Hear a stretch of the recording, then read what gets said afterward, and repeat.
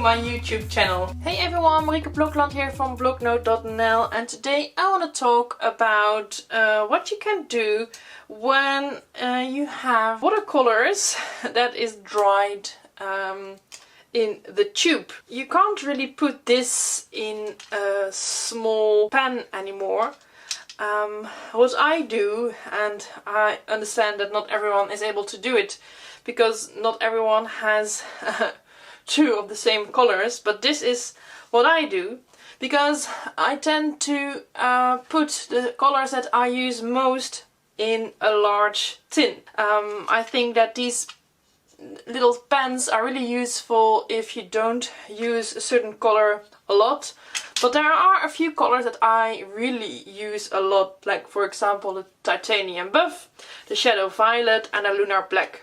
I even made a small video about that a while ago with this fun little pillbox that contains exactly these three colors, so that I can bring this anywhere I want. But yeah, because I'm using it so much, I often have this on my desk. This holds about 3 tubes of lunar black right now, and here is I think 1.5 tube of titanium buff with some leftovers that I just put in here. And I know that this really looks ugly, but it doesn't really matter for this type of watercoloring because it's just all the same pigment. And here I was doing the same with the shadow violet. I have this tube of shadow violet that was dried. I think that the lid fell off, so it dried in the tube.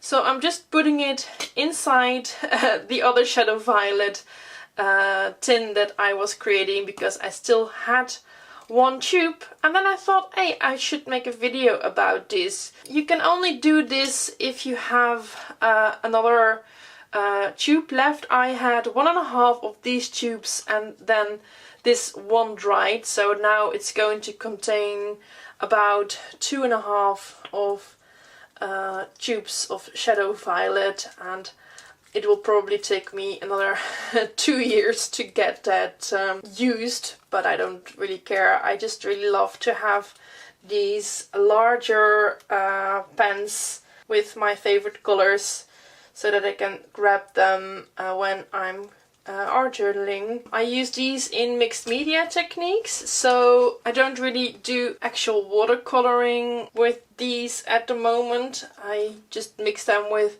acrylic paints and use them as a top layer in my art journals, combined with clear gesso and crayons and pencils a lot. So now that all the leftovers of the shadow violet plus the extra tube that I also had are in here, I tap on the table and I leave that to dry. And I know that this really doesn't really look that pretty looking like this, but it works exactly the same as this. I hope you liked this short idea, and I see you again in the next video. Bye! That's it. Thank you so much for watching this video. You rock! Please support me by liking this video and subscribe for more quirky art inspiration and raw self-expression. Ciao!